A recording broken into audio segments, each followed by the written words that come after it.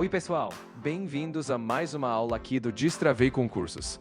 Hoje a gente vai mergulhar nos princípios implícitos mais cobrados em direito administrativo. Então, já pega papel e caneta, porque essa aula vai te ajudar demais na sua preparação. Vamos juntos?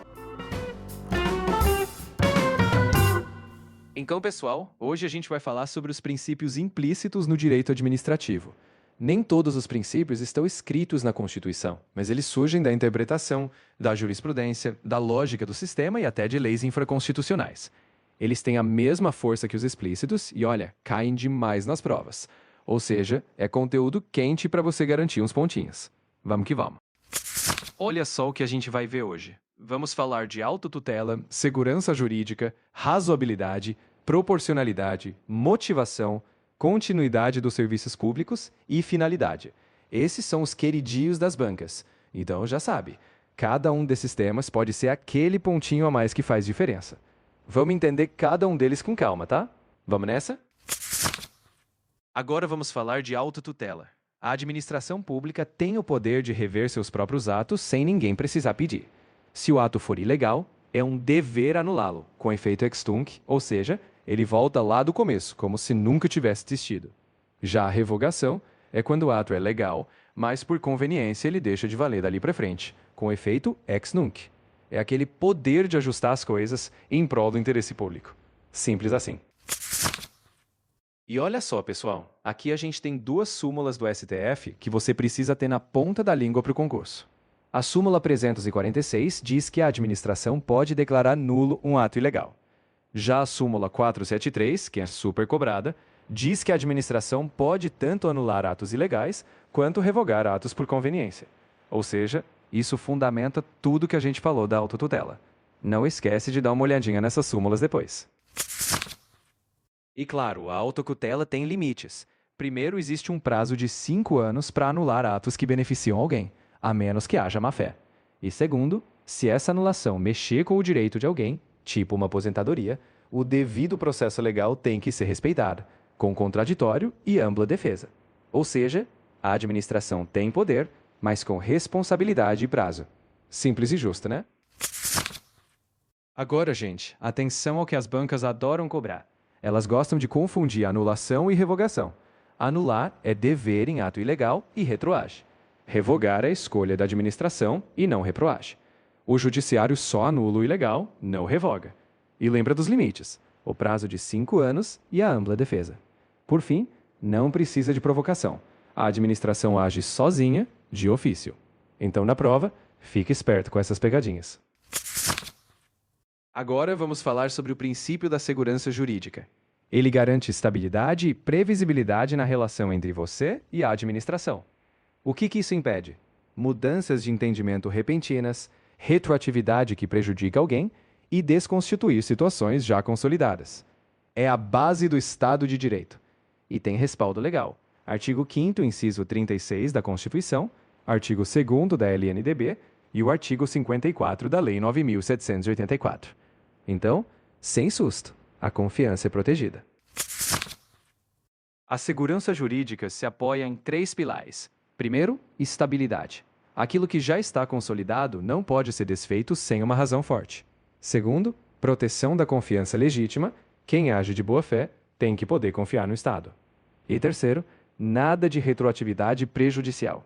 Uma mudança de interpretação não pode prejudicar o que já estava certo. Mas olha, esse princípio não é absoluto. Sempre tem ponderação. E ele protege principalmente quem está agindo com boa-fé. Ou seja, é um princípio para dar segurança e equilíbrio. E a segurança jurídica tem limites, viu? Ela não protege quem agiu com má-fé, situações que são escancaradamente inconstitucionais, fraudes ou atos nulos que não têm conserto. E lembra, a administração pode anular atos ilegais dentro do prazo de 5 anos, salvo má-fé. As bancas adoram essa pegadinha. Segurança jurídica não é escudo para quem não está agindo certinho. Então foca nesses pontos, porque eles caem bastante. E quando cai em prova, as bancas adoram insistir em 3 coisas. Primeiro, o prazo de 5 anos, que é o campeão. A administração tem esse prazo para anular algo que beneficie, salvo má-fé. Segundo, Eles perguntam se a administração pode mudar uma interpretação e aplicar retroativamente. Em geral, não pode, se houver boa-fé e consolidação. Terceiro, convalidação versus anulação. Quando dá para corrigir e preservar os efeitos e quando é anulação. Ou seja, segurança jurídica é quase um cheque de equilíbrio. Não dá para retroceder a qualquer momento. Fica de olho nesses pontos. Agora vamos diferenciar razoabilidade e proporcionalidade. Os dois evitam excessos, mas com enfoques diferentes. A razoabilidade é o bom senso. Se a decisão for absurda, ela não passa no teste. Já a proporcionalidade é mais estruturada, com 3 etapas: adequação, necessidade e proporcionalidade em sentido estrito. Ou seja, razoabilidade é o teste de normalidade e proporcionalidade é o teste analítico para ver se o ato exagerou. É o equilíbrio em prática. O princípio da razoabilidade é aquele teste de coerência nas decisões da administração. A decisão tem que ser racional, adequada ao contexto, compatível com a finalidade da norma e, claro, nada de absurdo. É uma exigência de bom senso interno. Se uma decisão parece ilógica, desproporcional ou sem pé nem cabeça, a razoabilidade é o freio. Ou seja, toda ação estatal precisa ser coerente e equilibrada. Simples assim. A proporcionalidade segue um método de 3 etapas. Primeiro, a adequação. O meio adotado realmente atinge o fim que se quer? Segundo, a necessidade. Será que não existe um meio mais leve, menos gravoso, para chegar ao mesmo resultado? E, por fim, a proporcionalidade em sentido estrito. As vantagens compensam os sacrifícios? É tipo um custo-benefício da decisão. Ou seja, a proporcionalidade garante que a decisão não seja exagerada e seja bem equilibrada. Nas provas, razoabilidade e proporcionalidade às vezes aparecem como sinônimos, mas as bancas adoram um caso concreto para você aplicar os princípios, comparar com outros e pensar no controle judicial. Então, se aparecer um exemplo, pense: a decisão é absurda ou exagerada? Ela é coerente ou passou pelas etapas do custo-benefício? Assim, você acerta a questão. O princípio da motivação é simples e fundamental. A administração pública não pode só decidir, ela tem que explicar o porquê. Isso quer dizer que todo ato tem que trazer os fundamentos de fato e de direito. Não basta dizer é assim, tem que dizer é assim, por isso. Sem motivação, o ato pode ser inválido. E isso está lá no artigo 50 da Lei 9.784 e, por analogia, no artigo 93, inciso 9 da Constituição. Ou seja, motivar é requisito de validade. O princípio da motivação é a obrigação da administração explicar o porquê das suas decisões. Motivação é dizer quais fatos levaram à decisão, qual norma foi aplicada e como isso se conecta. Mas essa motivação precisa ser clara, coerente, suficiente e, em regra, feita na hora do ato. Ou seja, nada de decisão sem explicação. Assim, tudo fica transparente e justificado. A motivação vale tanto para atos vinculados, que seguem a lei à risca, quanto para atos discricionários, que têm certa liberdade. Mas motivar é um instrumento de controle, dá transparência e concretiza o devido processo legal. Nos atos discricionários, a motivação não tira a liberdade da administração, mas evita abusos. Assim, tudo fica justificável e controlado. A motivação é obrigatória em situações importantes, como quando o ato nega ou limita um direito, impõe sanção, decide um recurso, anula ou revoga algo ou diverge de parecer técnico. Isso está no artigo 50 da Lei 9.784. E em provas a banca adora perguntar: atos discricionários exigem motivação? A resposta é sim. Sempre que houver uma decisão relevante, a motivação é obrigatória. Fique atento a isso. Olha só uma jurisprudência fresquinha. O STF decidiu que a demissão de empregados concursados de empresas públicas ou sociedades de economia mista tem que ser motivada. Ou seja, tem que haver uma causa razoável, técnica, econômica ou disciplinar. Mas atenção, não é igual justa causa da CLT. É só uma exigência de explicação formal para dar transparência. Então, até na demissão, a motivação tem que aparecer. A teoria dos motivos determinantes diz que a administração fica presa ao motivo que declara. Se o motivo for falso, inexistente ou inadequado, o ato fica inválido, mesmo sendo discricionário. Um exemplo clássico é exonerar alguém por necessidade do serviço, mas na verdade foi perseguição. Se o motivo declarado não existe, o ato é nulo. Em resumo, o motivo apresentado tem que ser real e legítimo, senão o ato cai. A motivação não é exigida quando a lei dispensa em atos políticos, que é uma discussão doutrinária, ou na exoneração ad nutum de cargos em comissão. Mas atenção, mesmo nesses casos, o STF admite controle se houver desvio de finalidade ou violação de direitos fundamentais. Ou seja, não exigir motivação formal não significa que o ato está imune a controle. Sempre tem que ter um limite contra abusos. As bancas adoram perguntar se atos discricionários dispensam motivação. E a resposta é: não, não dispensam. Além disso, se os motivos declarados forem falsos, o ato é inválido. Teoria dos motivos determinantes. Normalmente a motivação é na hora, mas em certos casos, o STF admite motivação posterior se não causar prejuízo. Isso é mais avançado. E não confunda com publicidade. Publicidade é tornar público, motivação é justificar. Ou seja, sempre explique o porquê. O princípio da continuidade dos serviços públicos garante que eles não podem parar sem motivo. Como o serviço público atende necessidades essenciais, ele deve ser contínuo. Isso é um desdobramento do interesse público. Ou seja, o Estado não pode simplesmente suspender um serviço essencial. É aquela ideia. A população precisa, então o serviço tem que continuar. Sim, o serviço público pode ser interrompido, mas em situações específicas. Não é absoluto. Pode parar em casos de emergência, razões técnicas, falta de pagamento do usuário ou manutenção programada. O STJ já disse que cortar um serviço essencial é legítimo se for por inadimplência atual, mas não por dívida antiga. Então, a continuidade tem limites bem claros. As bancas adoram testar a continuidade com situações práticas. Por exemplo, cortar energia ou água por falta de pagamento atual? Pode. Mas por dívida antiga? Não pode. Greve em serviço essencial? Pode, mas tem que manter o mínimo. E se uma empresa contratada quiser parar por falta de pagamento? Não pode interromper serviço essencial. Lembre-se, continuidade não é perfeição, mas é garantir que o serviço público esteja sempre funcionando. O princípio da finalidade é aquele que garante que todo ato administrativo tem que buscar o interesse público previsto na lei.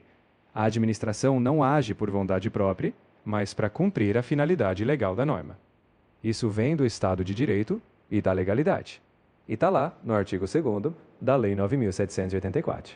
Então, todo ato tem que ter um para quê, ligado ao interesse público. Nada de desvios.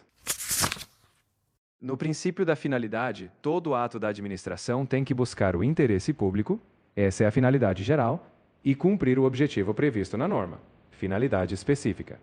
Se um agente usa o poder para outra finalidade, isso é desvio e gera ilegalidade. Ou seja, a administração não pode desviar o propósito. Cada ato tem que servir ao objetivo público e específico. Senão, é ilegal. O desvio de finalidade é muito cobrado. Ele acontece quando o agente usa o ato para interesse privado, perseguição, favorecimento ou objetivos pessoais ou políticos. Mesmo que o ato pareça formalmente correto, se o objetivo for desviado, o ato é nulo. Em resumo, mesmo se o procedimento estiver correto, se o fim não for o interesse público, é ilegal. Isso é um vício grave no ato administrativo. As bancas adoram cobrar desvios de finalidade em casos como exonerar alguém por retaliação política ou remover um servidor sob pretexto administrativo, mas na verdade é perseguição. Também cobram quando a publicidade é usada para promoção pessoal. Mesmo que tudo pareça legal, se o objetivo real for ilegítimo, é desvio de finalidade. Ou seja, as bancas adoram testar se o ato tinha um propósito oculto. Se tinha, é ilegal. Agora que entendemos os principais pontos, é hora de ficar esperto nas bancas. Elas adoram trazer casos práticos para ver se você reconhece um desvio de finalidade, se lembra de quando a motivação é obrigatória ou se entende quando a continuidade pode ser suspensa. Ou seja, agora vamos ver como isso cai na prática. Então, Foco total nas questões. Essa questão está perguntando se, como a administração só faz o que a lei autoriza, os princípios que ela segue são apenas os que estão escritos em lei. A resposta é errado, porque além dos princípios expressos em lei, a administração pública também é regida por princípios implícitos. Há princípios que decorrem da interpretação do sistema jurídico e da própria lógica do Estado de Direito. Portanto, não se limitam apenas ao que está literalmente escrito. Por isso, a afirmação não está correta. Essa questão pede que você analise se a administração pública, ao anular um ato ilegal, pode fazer isso sem dar contraditório, mesmo que isso atinja direitos individuais, sob a justificativa de que o interesse público prevalece. Então, você deve julgar se isso está correto ou não. A resposta é errado, porque, mesmo ao anular um ato ilegal, a administração deve garantir o contraditório se isso afeta direitos individuais. O interesse público prevalece, mas isso não elimina o direito de defesa. O devido processo legal exige ouvir o administrado antes de anular. Por isso, a afirmação está incorreta. Essa questão pede que você julgue se atos que restringem publicidade precisam ser motivados de forma objetiva e específica, e se sem fundamentação válida, esses atos seriam nulos, por impedirem o direito à informação. A resposta é certa, porque, ao restringir publicidade ou acesso à informação, a administração precisa motivar de forma objetiva, clara e específica. Se não houver essa fundamentação válida, o ato é nulo, pois o direito à informação é um princípio fundamental. Ou seja, não basta uma restrição genérica. Essa questão apresenta um caso julgado sobre corte de fornecimento de energia elétrica em serviços públicos não essenciais. A pergunta pede que você identifique qual princípio do direito administrativo foi o principal objeto do julgamento. O princípio correto é o da continuidade. O julgamento tratou da possibilidade de cortar o fornecimento em serviços não essenciais. Isso se relaciona diretamente à continuidade dos serviços públicos, que permite interrupção em situações justificadas, especialmente quando não são serviços essenciais. Essa questão apresenta uma situação em que um secretário revogou um ato anterior de remoção de um servidor. A pergunta quer que você identifique qual princípio da administração pública fundamenta essa revogação. Ou seja, você deve associar o ato de rever uma decisão a um dos princípios listados. A resposta correta é o princípio da autotutela. Ele permite que a administração revogue seus próprios atos, de forma discricionária, quando isso for mais conveniente ao interesse público. Nesse caso, o secretário anulou o ato anterior para adequar a nova situação, o que é um exemplo claro de autotutela. Pessoal, chegamos ao fim. Agradeço muito a atenção de vocês. Se curtiram, deixem um like e se inscrevam no canal. Tem muito mais aulas esperando por vocês, então confiram as próximas e sigam estudando. Até a próxima!